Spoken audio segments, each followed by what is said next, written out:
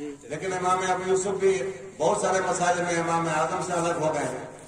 دھیان سے سنیے گا, اپنے استاد سے الگ ہو گئے ہیں. تو کوئی کہہ سکتا ہے امام ابو یوسف کو کہ یہ باقی مسلک ابو حنیفہ ہے؟ کہہ سکتا ہے کوئی؟ کیوں نہیں کہہ سکتا؟ اس لیے کہ فرعی مسئلے میں اختلاف ہے, فقہی مسئلے میں اختلاف ہے, اجتہادی مسئلے میں اختلاف ہے. اجتہادی مسئلے میں اختلاف صحابہ کے دور میں بھی ہوا. چلتے چلتے دیکھیے بات ہماری تفسیر کی طرف چلی گئی.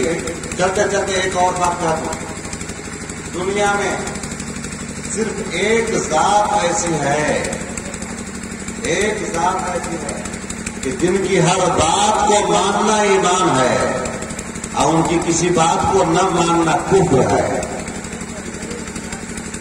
دھیان دیجیے گا, دنیا میں صرف ایک ذات ایسی ہے کہ جن کی ہر بات کو ماننا ایمان ہے اور جن کی ایک بات کا انکار کر دینا بھی کفر ہے. بتائیے اس ذات کا نام کیا ہے؟ وہ ذات ہے بانی اسلام, جان ایمان, محبوب رحمان, سید الانس والجان جناب احمد مجتبی محمد مصطفیٰ صلی اللہ تعالی علیہ وسلم کی. وہ جب بولتے ہیں تو قانون بنتا ہے, جب وہ بولتے ہیں تو شریعت بنتی ہے. ان کی ادا بھی شریعت ہے, ان کا قول بھی شریعت ہے, ان کا عمل بھی شریعت ہے. ما ينطق عن الهوى.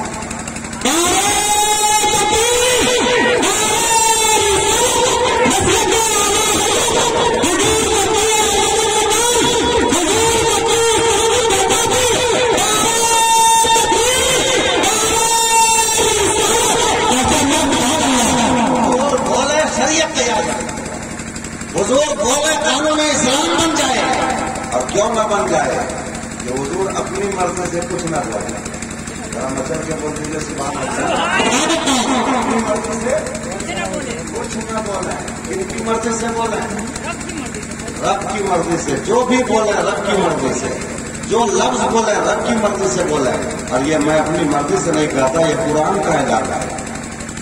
ما ينطق عن الهوى,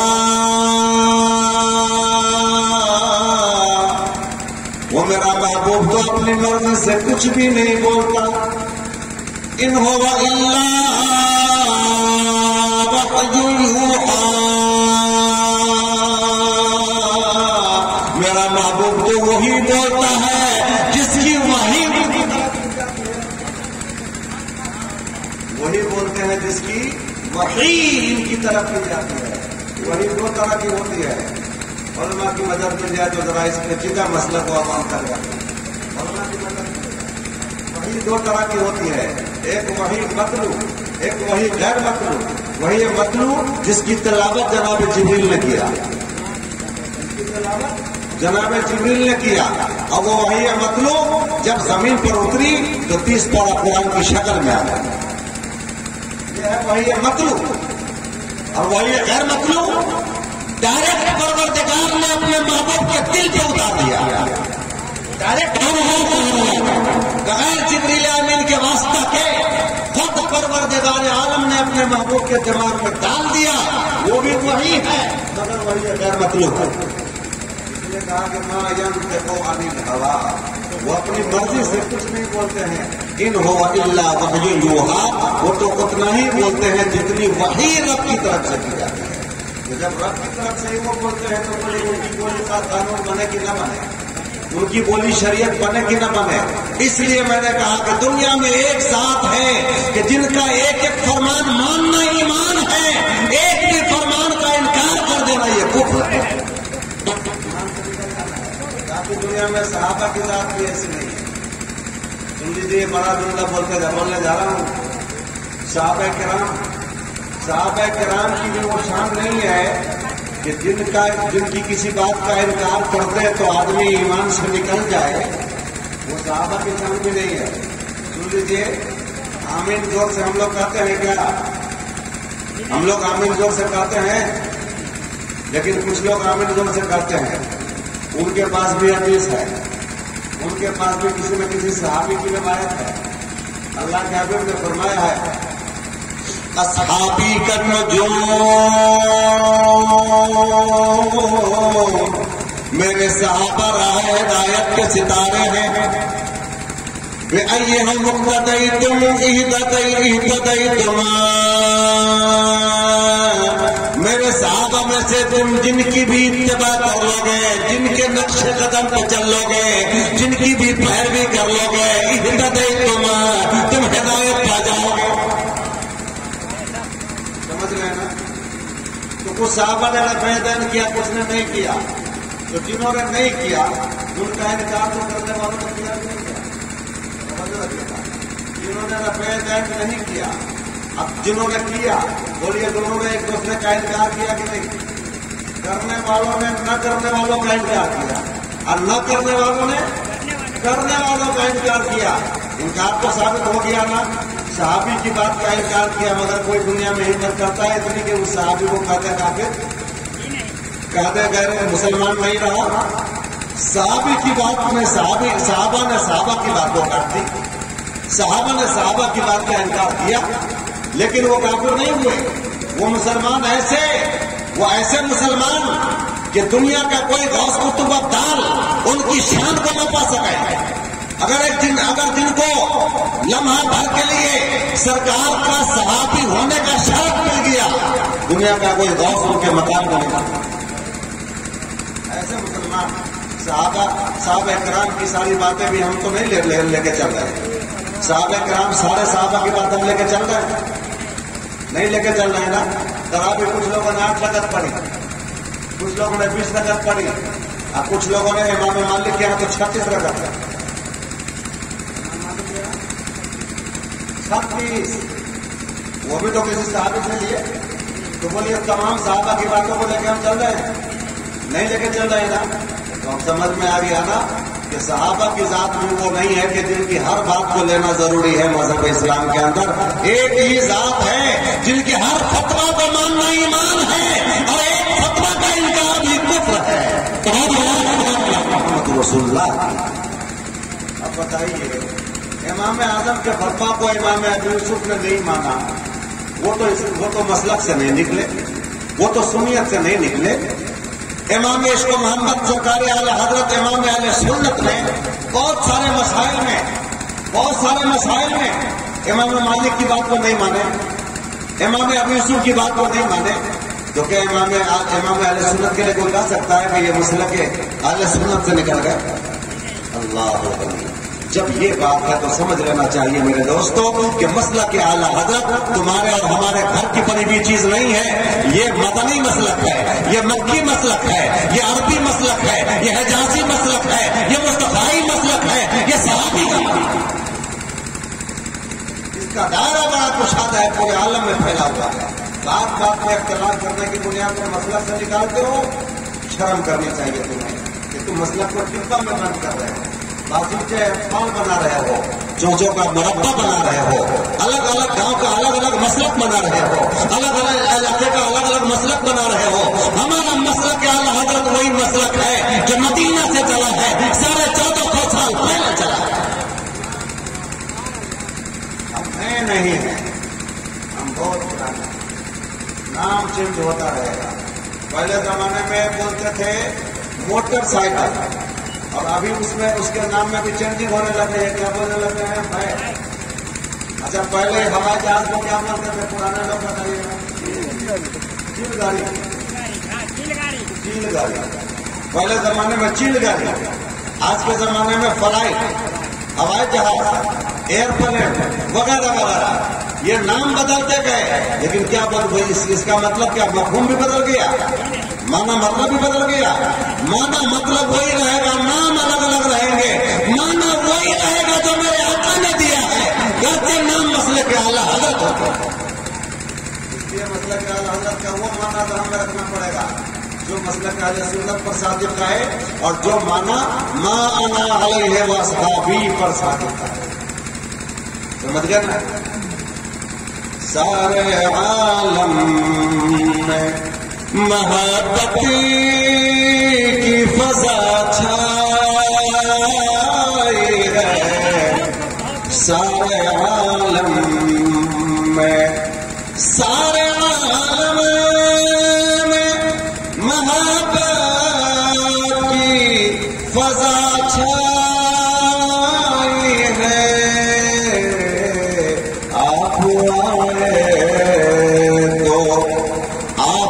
آئے تو زمانے میں بہار آئی ہے، آپ آئے تو پھر کبھی وقت ملے گا تو مسئلہ کے اعلیٰ حضرت ہی کو اور ڈیٹیل سے ہم سمجھائیں گے انشاءاللہ تعالیٰ.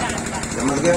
آج شادی کی محفل ہے، مولانا عبد الصمد کی شادی خانہ آبادی ہونے والی ہے. شادی کے حوالے سے صرف ایک حدیث آپ کے سامنے پیش کر دوں، شاید کہ آپ اگر اپنی عملی زندگی میں لے آئیے تو بہت زیادہ فائدہ ہو رہی ہے. اللہ کے حبیب، سب طبیبوں کے طبیب، دانائے خفایا و غیوب جناب احمد مصطفیٰ محمد مصطفیٰ صلی اللہ تعالی علیہ وسلم کا ارشاد پاک ہے. آپ ارشاد فرماتے ہیں ان اعظم النکاح برکتاً ایسرہ.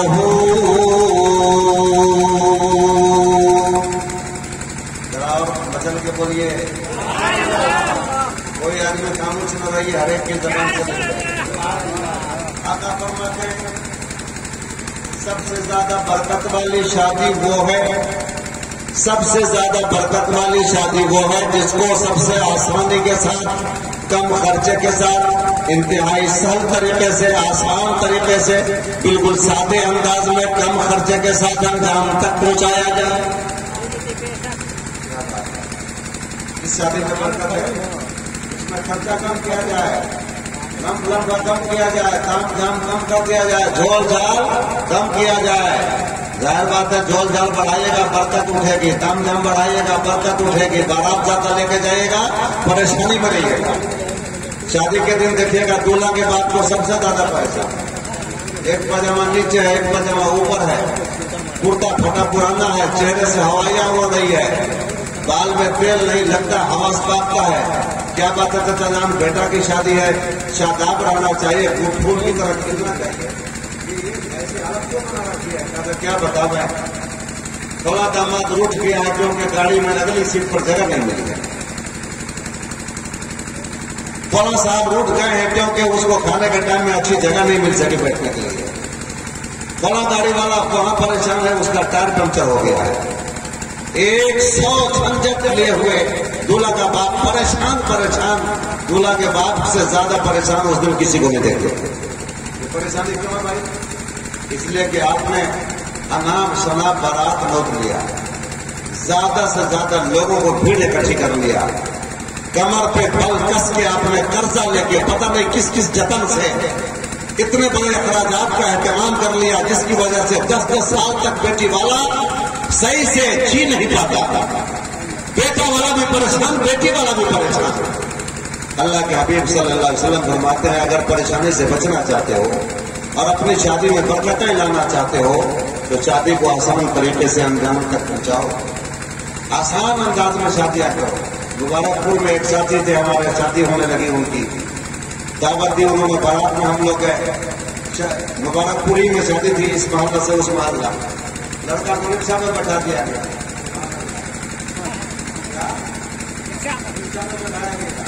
آپ کو کہا تھا آپ کیا ہے، کون آپ کے ہے، کون گاڑی کا نام ہے، اسکارپیو. اس سے دیکھتے اگر دولہا کو گاڑی دیجیے تو بیٹھنے کو تیار نہیں ہوتا. ایک ایسا بتاؤ دولہا تھا اپنے دھمسا ضلع میں، زیادہ پیسہ کما کے آ گیا تھا تو کہتا تھا ہم 2 جن پہ جا کے جائیں گے بارات. 2 بات بتاؤ 2 جن مل جائیں گے جی. تو ہیلی کاپٹر پہ 2 گھنٹہ 2 لاکھ 2.5 لاکھ روپیہ لیا. اب وہ بھی پابندی کتنی، اتنے ٹائم میں اگر آپ آ کے بیٹھ گئے تو ٹھیک ہے ورنہ ہم اڑ جائیں گے. اب چاہے ایک پاجامہ پہنا ہو ایک پاجامہ باقی وہ جانا پڑے گا. اور اس میں بھی دلہن ساتھ میں نہیں بیٹھ پائے گی، 2 پر 2 کیسا یہ مسلمان ہو گیا، کیسی اس کی غیرت ہو گئی، کیسی اس کی سوچ ہو گئی. لمبا کرنے میں آدمی 10 سال تک بستر پہ مر جاتا ہے. تو وہ رکشا میں دلہا کو بٹھا دیا گیا، بارات لوگ ترانہ گاتے ہوئے نعتیہ کلام پڑھتے ہوئے مائک سے چلے وہاں دلہا کے گھر. اب وہاں گئے تو ماشاءاللہ ساری بارات کو گھر میں چل کے بولیے جب اتنی مقدس جگہ بارات ٹھہرنے کی ہوگی تو بولیے برکت آئے گی کہ نہیں آئے گی. اب مسلمان مسجد میں جاتا ہے تو چاہے جتنا بھی گرا پڑا مسلمان کیوں نہ ہو، لیکن مسجد میں بغیر وضو جانا پسند نہیں کرتا ہے. ظاہر بات ہے مسجد میں بغیر ٹھہرانے کی برکت سے سب لوگ باوضو ہو گئے. اب باوضو جماعت جہاں بیٹھ جائے بولیے خدا کی رحمت اترے گی کہ نہیں اترے گی؟ باوضو سب مسجد میں بیٹھے، ایک ایک لسی پلائی گئی، ایک ایک چائے پلائی گئی، ایک ایک پان کھلایا گیا، نکاح ہوا. لوگ جانا تھا کیا؟ میں نے پوچھا، بولا بابو سے کیا بات ہے؟ سب لوگ جا رہے ہیں کدھر؟ کہنے لگا اب یہاں کا کام ہو گیا، یہاں کا کام ہو گیا. مطلب یہ ہوا کہ اب کھانا وانا ہمارے یہاں دعوت ولیمہ میں سب لوگ کھائیں گے، یہاں ایک چائے ایک لسی ایک پان پر کے ساتھ تمام. اللہ! ارے مسلمانوں، آج بھی اگر تمہارے اندر یہ زندگی آ جائے، یہ شعور آ جائے، یہ طریقہ آ جائے، یہ فکر آ جائے، تو جس بچی کو اللہ، جن بچیوں کو اللہ کے محبوب نے رحمت قرار دیا ہے، آج بھی ان کی رحمت کے جلوے میں نظر آئے گا. رحمت تو ہم نے بنا دیا ہے، رحمت ہم نے بنا دیا. آج بھی اگر اس انداز میں شادیاں مت بچائی جائیں، شادیاں کی جائیں، تو بولیے بچیاں اپنے ماں باپ پر رحمت بنیں گی؟ رحمت ہی رحمت ہے. اتنا ہی خرچہ ہوا لڑکی والے کا ہوا ہوگا. یہ مبارک پور کی بات بتا رہا ہوں. آپ لوگ دوسری دنیا کے تو لوگ نہیں ہیں.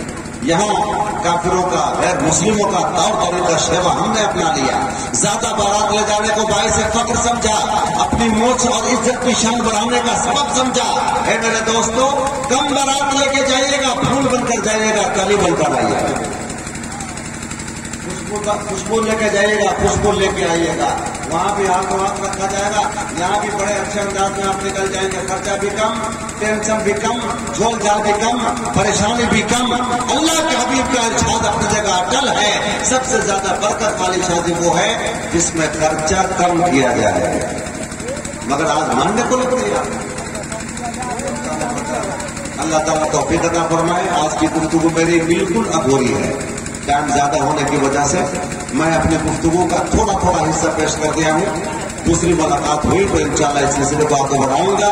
فی الحال اتنی بات عرض کر کے گزر جاؤں کہ مسئلہ کے اعلیٰ حضرت کا کوئی غلط معنی مطلب آپ کو بتائے کہ فلاں کا فتویٰ مانو گے تب مسئلہ کے اعلیٰ حضرت والے رہو گے، فلاں حضرت کو مانو گے تب مسئلہ کے اعلیٰ حضرت والے رہو گے، تو آپ اس کے منہ پہ ٹھکرا دیجیے اور کہہ دیجیے کہ نادان، تم نے مسئلہ کے اعلیٰ حضرت کا مطلب سمجھا ہی نہیں. اس لیے تم دوسرے کو سمجھانے کا بھی کوئی حق نہیں رکھتا. مسئلہ کہ اعلیٰ حضرت کسی ایک مولانا صاحب کے پیدا کیے ہوئے بنائے ہوئے قانون کا نام نہیں ہے، کسی ایک حضرت کے فتویٰ کا نام نہیں ہے. مسئلہ کہ اعلیٰ حضرت تو مسئلہ کے صحابہ کا نام ہے، مسئلہ کہ ابو بکر صدیق کا نام ہے، مسئلہ کے عمر کا نام ہے، مسئلہ کے عثمان غنی کا نام ہے، مسئلہ کے مولا علی کا نام ہے، مسئلہ کے عبداللہ بن زبیر کا نام ہے، مسئلہ کے صحابہ کا نام ہے، مسئلہ کے ابو ہریرہ کا نام ہے، مسئلہ کے عبداللہ بن مسعود کا نام ہے. مسئلہ کے صحابہ کا مطلب 1,25,000 صحابہ کرام کے مسلک کا نام. نے جن کو اپنایا، امام اعظم نے جن کو اپنایا، امام مالک نے جن کو اپنایا، امام احمد بن حنبل نے جن کو اپنایا. حالانکہ غوث پاک حنبلی ہیں. غوث پاک رضی اللہ تعالیٰ عنہ کیا ہیں؟ حنبلی ہیں. 1000 مسئلے میں ہمارا ان کا اختلاف ہے. ہم لوگ اختلاف رکھتے ہیں، مگر غوث پاک سے اختلاف رکھنے کے باوجود بولیے غوث پاک کے ہم باغی کہلائیں گے؟ کیا ہم کو کوئی کہہ سکتا ہے کہ یہ باغی غوث اعظم ہے؟ مسائل میں اختلاف تو ہے، مگر محب غوث اعظم ہے، عاشق غوث اعظم ہے، وارث غوث اعظم ہے، دیوانہ غوث اعظم ہے. غوث اعظم کے چاہنے والے ہیں، ان کے متوالے ہیں، ان کے نام پر جان چھڑکنے والے ہیں. مسائل میں اختلاف اپنی جگہ، عقیدت کا رشتہ اپنی جگہ.